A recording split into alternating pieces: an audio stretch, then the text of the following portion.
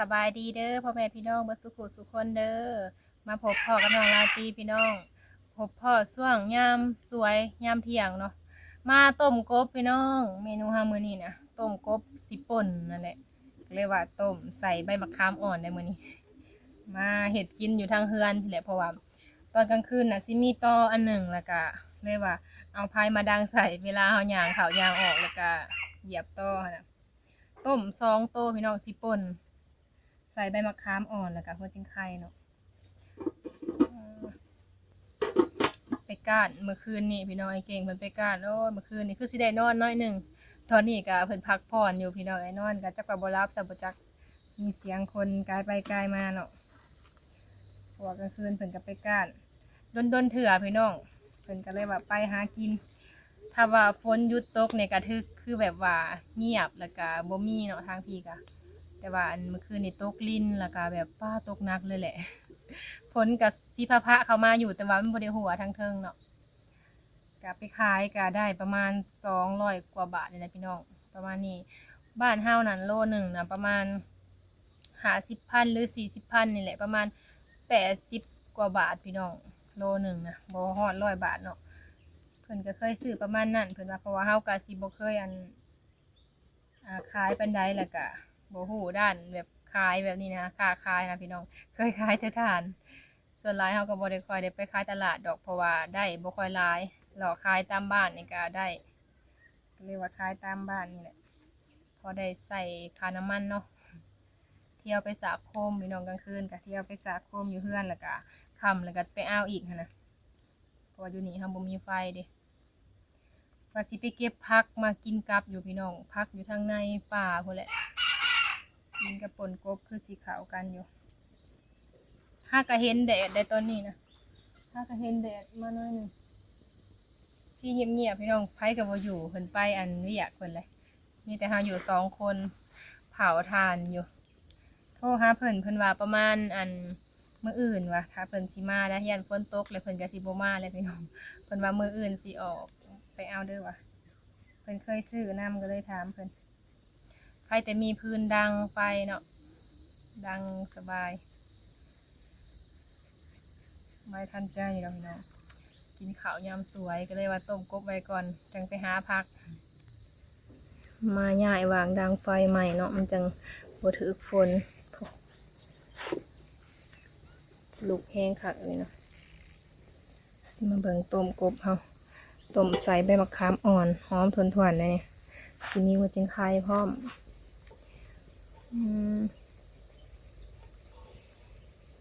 ป่นใส่ผักหอม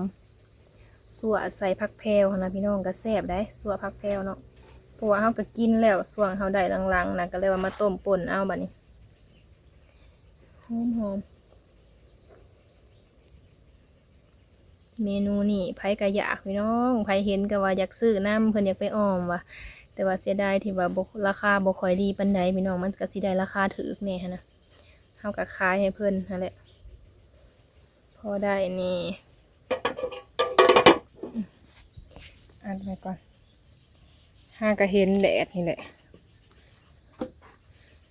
แดดมาหน่อยหนึ่งแมลงนี่จังหวัดตกมาอีกว่าจักเนาะยามเศร้ากับลิ้นอยู่เศร้านี่ห้ากับมาเศร้าหวังสวยนี่มีแต่เสียงนกเสียง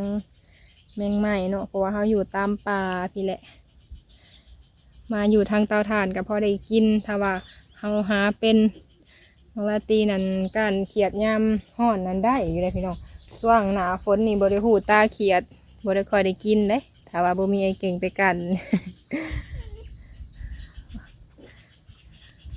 บ่คอยได้กันใบตองกล้วยตั้งแต่ส่วงเฮาอยู่พุ่นแหละตอนนี้มันก็งามถ้าว่าฝนตกลงมาใส่นะซุ่มซื่นถ้าว่าฝนหยุดตกแบบลายๆมือน่ะก็เหี่ยวแห้งไปเบิดเลยสิมีกอหน่อไม้ไหลพร้อมเด้2-3 กออยู่เรียนกันเลยเวลาแบบหน่อไม้ออกอะพ่อได้คุดได้เด็ดอยู่ได้อยู่นี่กะมันไก่ตูบไก่เทียงอะไรเพิ่นกับบกล้าคุดดอกถ้าว่าเขาอยู่นี่เป็นประจำแบบคนอื่นเนาะเพิ่นมาหาทั้งบ้านอื่นเพิ่นหู้ว่าอยู่นี่มีเพิ่นก็สิมาหาอยู่นี่ส่วนลายกระทั่งนี่แหละสิหน่อไม้ลายสิหลายทานเฮากับไข่แต่มีวนไว้ เอามาไว้อยู่เทิงนี่ก็ลบฝนได้หลายอยู่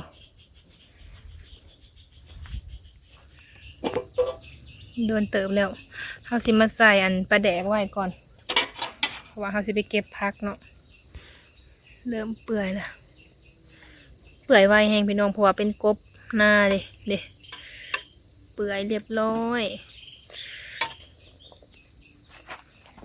ใส่น้ำปลาแดกลงไปก่อนให้มันหอมเวลาเขาเอาน้ำปลาแดกใส่เขาป่นนะ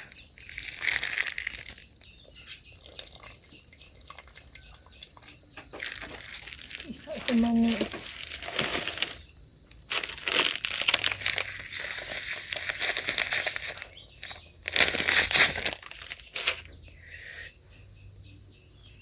เดี๋ยวสิไปเก็บพักก่อนบ้านนี้มาหอดป่าพักแล้ว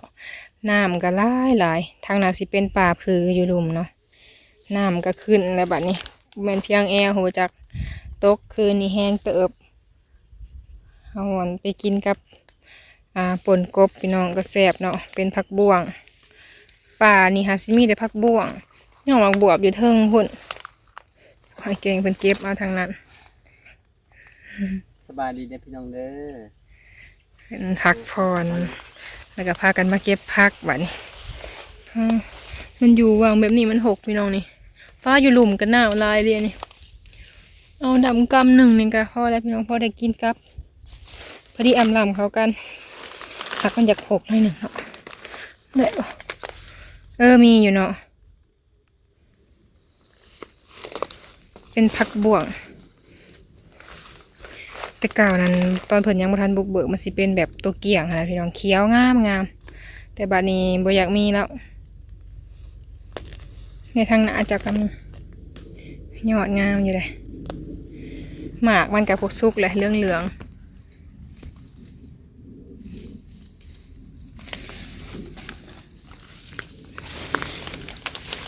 เป็นปลาเห็ดออกเนาะปลากันเลย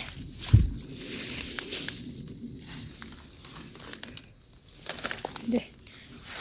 ใบมันสีออกพ้นๆหน่อยหนึ่ง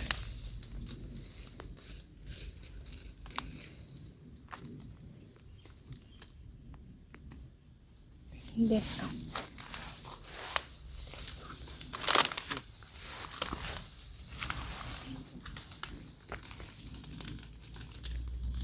ฝนตกใส่มันไปไม่หลายแม่น้ำก็ขึ้นสูงเนี่ยเป็นป่าแบบในน้อยๆฮะนะยามแหย่ไข่มดแดงยังเพิ่นกับมาหาแหย่อยู่ได้แถวนี้ก็พอมีอยู่เด็กหมากมันน่าสิเป็นแบบนี้แหละธรรมศาสตร์เขากินบ่เห็นซ้ำบ่เห็นบ่แจ้งมันสุกเลยมันหวาน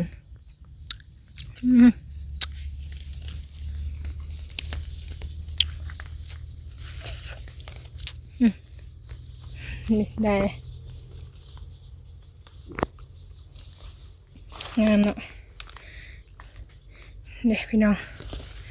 ยอดมันจะประมาณนี้เอากินกับป่นกับแจ่วแต่ว่าเขาต้องลวกก่อนถ้าว่าลายเขากันหนึ่งเนี่ยพี่น้องดำมาอีกเลยฝนบ่มาอีกแล้วบ่เนาะ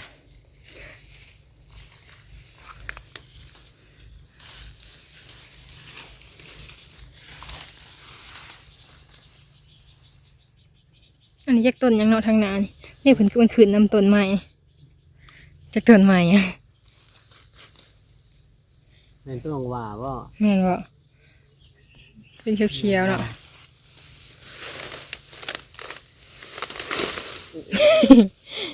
ลุบลงลุมป้างามเลยตัวนะ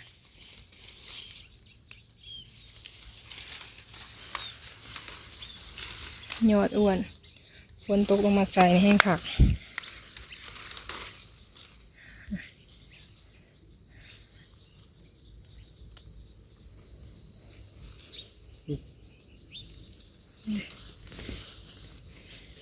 ใบอ่อนๆเขียวๆเขาก็เก็บเอาลำเล็กลำหน่อยเขาก็เมื่อไรพี่น้องปนกบกินกับปลายอดใหญ่ตัวนี้มันอ้วนเนาะ อ้วขนาดดึงเอาอยู่เทิงพอกินกับผักบ่วงอำลำเข้ากันแบบรู้สึกผัดผ่าท่านะเวลาเราไปลวกแล้วพอดีแซ่บป่ะบัดนี้พี่น้องเขาก็สิพากันเก็บเอาน้อยหนึ่งแล้วกับมือแล้วบัดนี้ป่นกบปุ๊ละเอามาแต่เก็บผักแล้วสิมาป่นกบแล้วก็สิลวกผักบ่วงเด็กพี่น้องเอากำหนึ่ง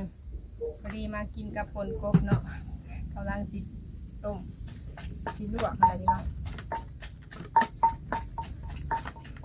กบเขาก็เอาขี่ยังออกเรียบร้อยแล้วเด้อ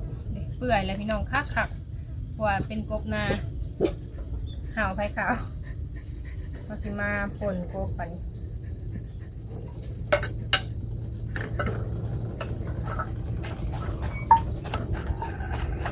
กินกับลวกผักเนาะแซ่บ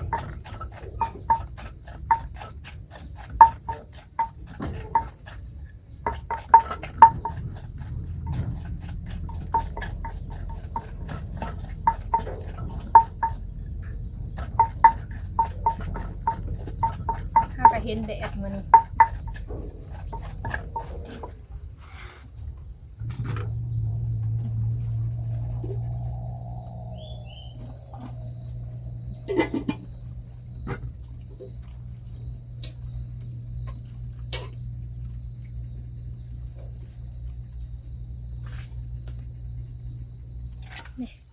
เขาใส่มะเขือ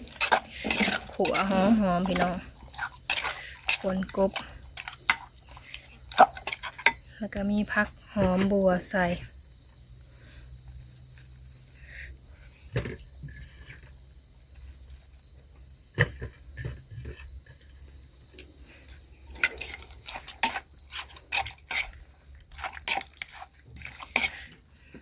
ตัวพี่น้องป่นเบิดเลยเขาก็สิเพิ่มน้ำใส่อีกน้อยหนึ่งเนาะพอได้มีน้ำจำ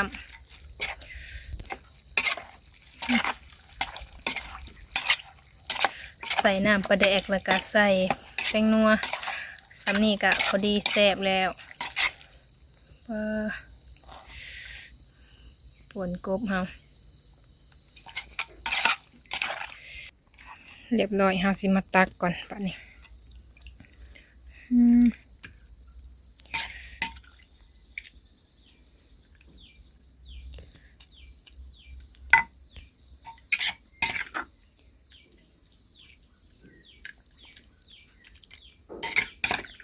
ป่นกบกิน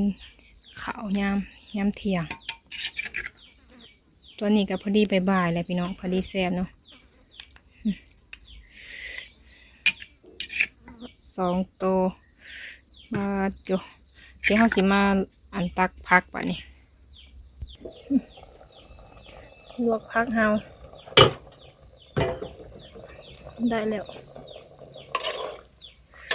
เขาลวกเอาเนาะแต่ว่ามีแบบหลายๆอย่างกะนึ่งเอาก็ได้ก็แซ่บคือกัน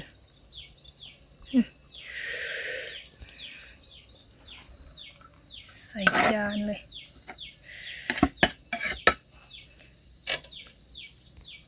เรียบร้อยแล้วบัดนี้เขาก็สิมีแบบน้ำน้อยหนึ่งพี่น้องเพราะว่าจังได้จ้ำเนาะเขาบ่ได้ป่นแห้งเด้อตัวนี้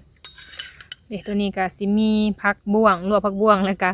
แบบอันมักเดือกินกับป่นปลาอีกยังก็ได้พี่น้องกินกับป่นปลาป่นกบเนาะก็แซ่บคือกันป่นกบเขาก็มานั่งกินอยู่พี่แหละเมื่อคืนนี่ฝนตกจะเปียกๆแน่เดี๋ยวพี่น้องเด้อกินข้าวพี่น้องเด้อป่นให้เพิ่นกินเนาะไปหามาแล้วก็หากระนังได้เปียกเปียกจะได้มื้อนี้ก็เพราะว่าคืนนี่แม่นฝนตอนนี้ก็คือว่ามืดครึ้มมาอยู่ทำก็กินข้าวก่อนจังเฮ็ดแนวใหม่พังเบิ่งว่าสิได้เฮ็ดวิอยากว่าย่านฝนตกห้ามกับปานนั้นย่านฝนตกนี่จังหน่อยมันก็เริ่มมาส่วนหลายช่วงยามนี้เลยเนาะยามบ่ายบ่กล้าเห็นไงบ้านนี้กันวัดต่อกันมื้อนี้ยังเก็บบ่ได้แล้วมันลิ้นหากระเซ้าของเซ้านี่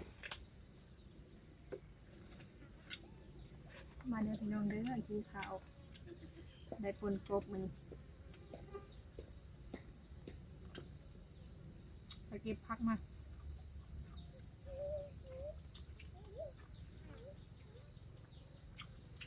ผมได้หนึ่ง มักเดือพี่น้องกินกับหัวลิงไข่นี่แซ่บแต่บริตำข้างในมันก็งามอยู่เลยเนาะ เหลือผมเกิดพอดีแซ่บแล้วกินกัน อ่อน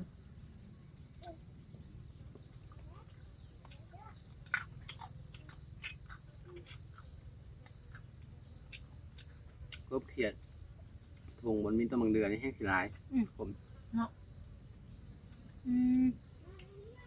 มีกาดมีหารใหญ่เลยบุคคลมีไผ่กาดลง ลาย เป็นไทยหน้าเลย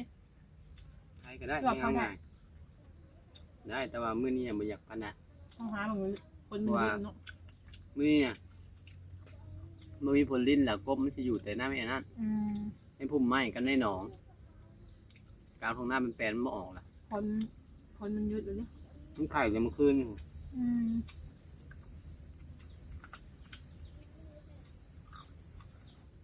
ลงได้ห้ามบ่ได้ไปก้านกับไข่ก็เต็มอยู่อันนี้ก็เต็มอยู่ในไหนาไปนะไข่ ยังมีอยู่เนาะอะไรกิน โอ้ยหลาย อันนี้เขาก้านเป็นพี่น้องก็ได้ แต่ว่าให้เขาไปก้านนี่คือสิบ่ได้ เส้นบไดไปนำเดี๋ยวไปนำกับบ่ได้ ที่จ้าเป่าเขาเนี่ยเห็นในไหนากันยังรุ่นสาวโตกันเลยยังเงียบเป็นตามันจะกบเขียนอะไรโพดเห็นนะฮะเมื่อคืนหาเต็มคันนาอยู่เป็นขู่อยู่เอาเขียนหน้านั่นแหละอย่างบางเรื่องมันจะอยู่ทางเทิงโคกมันอยู่ส่วนเทิงโคก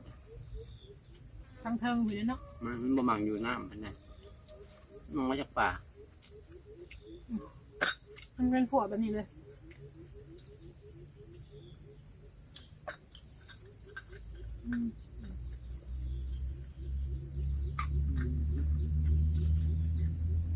มันผ่านมันยังน้อยอยู่เลยมันเรือ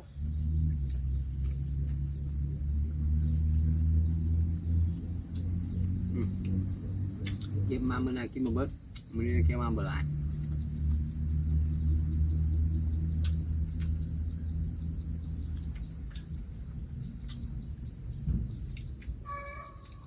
เมื่อคืนนี้ในหลุมนี่ก็บ่มีไผลงก้าน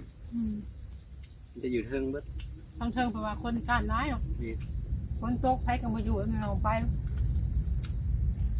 ประมาณ5-6คนแหละเต็ม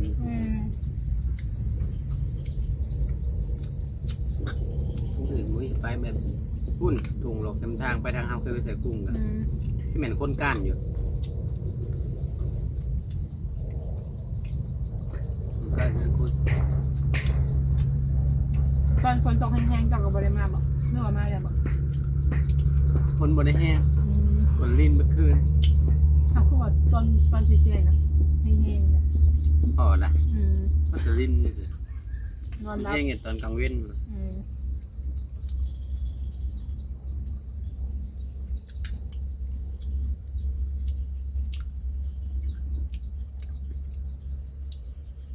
ได้ปนครบแล้วก็พอดีไปเก็บพักมากินกับพี่น้องบางเดือนนี่ก็ไปเอามาตั้งแต่ไปหาหน่อไม้ไปเลยเห็นมันเป็นผัวอยู่ ลกแห้งมึงเดือด อยู่ข้างทางอยู่กับเดียว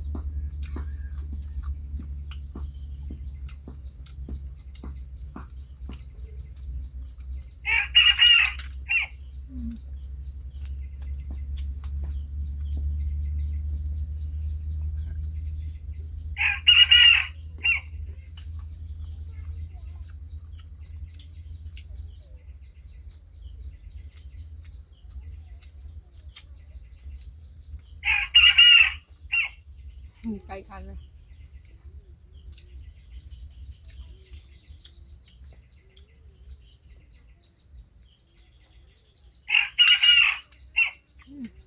แซ่บ